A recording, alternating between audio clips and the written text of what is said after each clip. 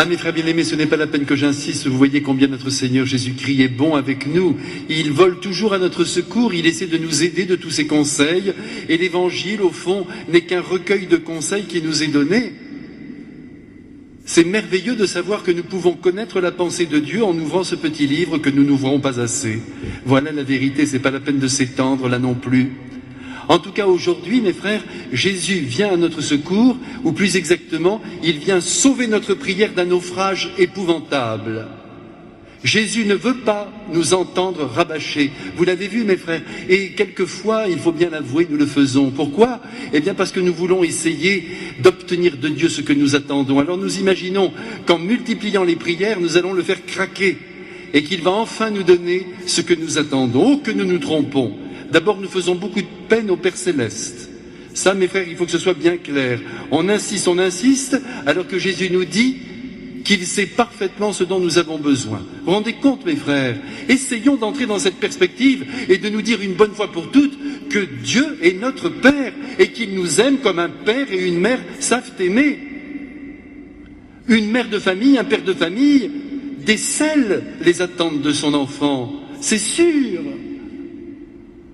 Ils sentent à l'avance ses nécessités et ils anticipent en donnant à l'enfant ce qu'il espère. Eh bien, c'est ainsi, mes frères, que Dieu fait avec nous. Jésus nous dit, par pitié, ne rabâchez pas, ne faites pas comme les païens, ne multipliez pas les prières pour enfin obtenir « je veux ceci, je veux ceci, je veux cela ». Alors donc, je multiplie la chapelet, je multiplie les prières, je reste là, je jeûne, je fais des efforts pour obtenir.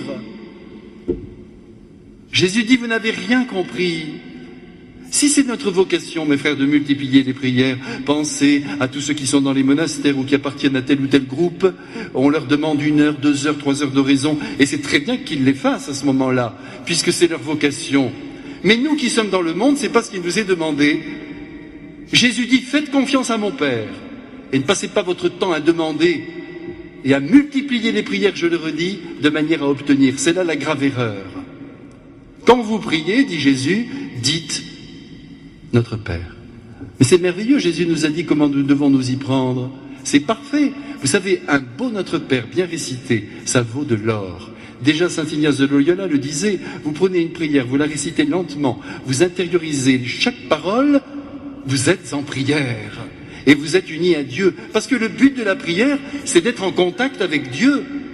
Que la prière de demande soit honorée. Il est évident que Jésus veut que nous demandions au Père. Vous avez vu que dans le Notre Père, il y a des demandes explicites.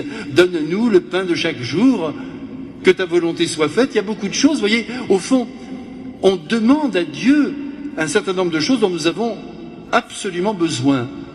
Mais le but de la prière, c'est d'être unis à Dieu. Quand vous avez quelqu'un à côté de vous que vous aimez, vous êtes malade par exemple, vous n'allez pas demander toute la soirée à cette personne de vous sauver, de vous guérir. Vous êtes heureux de cette présence et c'est tout. Vous tenez sa main et ça vous fait un bien fou. Même si cette personne est dans l'incapacité de vous guérir. À Dieu, avant de lui demander cette guérison, il faut lui demander sa présence. C'est-à-dire qu'il faut vivre avec lui. Quand nous entrerons dans cette perspective, mes frères, mais nous serons beaucoup plus heureux. On ne cherchera pas forcément à chambouler tout ce qu'on vit. On recevra de lui ce que la vie nous demande. Et en même temps, on sera heureux de sa présence à nos côtés. C'est ça l'amour. Et le but de la prière, c'est de vivre dans l'amour, avec le Père, avec le Fils, avec le Saint-Esprit et avec la Très Sainte Vierge Marie, puisque nous y sommes avec les anges et avec tous les saints. Vous voyez, le but de la prière, c'est d'être avec eux. C'est pas tellement d'obtenir. Là, c'est épouvantable. Si vos enfants sont à la table de famille le dimanche et qui s'attardent un peu parce qu'ils espèrent les 50 € que vous leur aviez promis un jour, ce sont de mauvais enfants. Et si vous leur donnez, vous êtes de mauvais parents. Parce que la relation est troublée par une attente intéressée. La relation avec Dieu est une relation qui doit être gratuite. On n'est pas là pour obtenir. Alors Dieu ne m'a pas donné ce que j'attendais, donc au revoir, mon Dieu. C'est fini entre nous, c'est beau comme relation. Et pourtant, j'avais fait des milliers de prières, j'avais fait brûler des dizaines de kilos de paraffine. Et ça n'a pas marché, parce qu'on n'a rien compris. Alors qu'il faut faire confiance à notre Seigneur Jésus-Christ. Rappelez-vous ce que je vous dis ce soir, mes frères bien-aimés. Parce qu'attention, je me le redis aussi à moi-même, parce que de temps en temps, j'ai aussi la tentation de multiplier les prières pour obtenir. Ça ne sert à rien. Dieu sait ce dont nous avons besoin. Mais on est heureux d'être avec lui et d'être dans cette attente. Ça n'empêche pas qu'on le lui dit. Regardez, j'aimerais que vous fassiez plaisir à cette personne. Ce serait merveilleux si vous pouviez la guérir ou que cette personne ait son examen. Une fois! Il a entendu, c'est bien, parfait. On ne va pas lui casser les oreilles. D'autant plus qu'il sait très bien que nous avons besoin de lui. Et qu'en plus, il a l'intention de nous combler, mais au bon moment. Jésus dit, mais attention, quand vous allez dire ce beau Notre Père, en silence, doucement, vous savez, ça c'est vraiment un conseil que je vous donne. Essayez ce soir, surtout si vous avez du mal à prier comme moi. Vous dites, Notre Père. Puis vous arrêtez un petit instant. Déjà là, vous avez le vertige.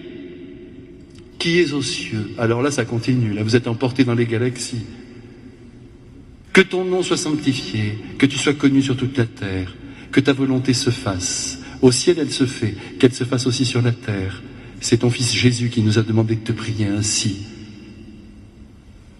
Donne-nous notre pain de ce jour, on compte sur toi. C'est beau. Et puis pardonne-nous nos offenses. Ça, c'est important aussi, parce qu'on fait tous des péchés, vous comme moi. Il n'y a rien à faire. Du plus humble des baptisés jusqu'au plus grand des papes, tout le monde est pécheur. Et c'est pourquoi l'Église prend bien la précaution de nous faire dire au début de la Sainte Messe que nous sommes tous pécheurs. Ah, ça va mieux quand on se le dit. D'abord, ça nous aide à porter notre état, et surtout, ça nous invite à ne juger personne, parce que nous faisons tous les mêmes fautes, un jour ou l'autre. On prie ainsi, mais Jésus dit, attention, vous demandez le pardon de vos péchés, très bien, mais vous avez intérêt à pardonner aux autres, parce que sinon je ne vous pardonnerai pas. C'est le Christ qui le dit. Si vous ne pardonnez pas, vous avez le culot de demander à Dieu que lui vous pardonne vos fautes. Mais c'est n'importe quoi, c'est une prière incohérente. Vous voulez recevoir ce pardon alors que vous avez fauté, et vous n'accordez pas votre pardon à celui qui a fauté. Vous n'êtes pas de bons enfants et vous n'avez rien compris. Alors si c'est vrai pour le pardon, mes frères, c'est ce que je voudrais vous dire ce soir, c'est vrai pour les autres demandes du Notre Père. Quand on dit « donne-nous aujourd'hui notre pain de ce jour », on compte sur toi pour que tu ne nous laisses pas sans travail, que nous ayons de quoi manger. Eh bien, Jésus dit « très bien, je vais t'aider, mais toi, donne à manger aux autres aussi ». Ça vaut pour toutes les demandes du Notre Père. Tu veux que je te pardonne? Pardonne aux autres. Et si tu ne le fais pas, bien, je ne te pardonnerai pas. Jésus a raison de nous traiter comme des adultes responsables, comme des enfants de Dieu qui ont vraiment compris la doctrine de son Père.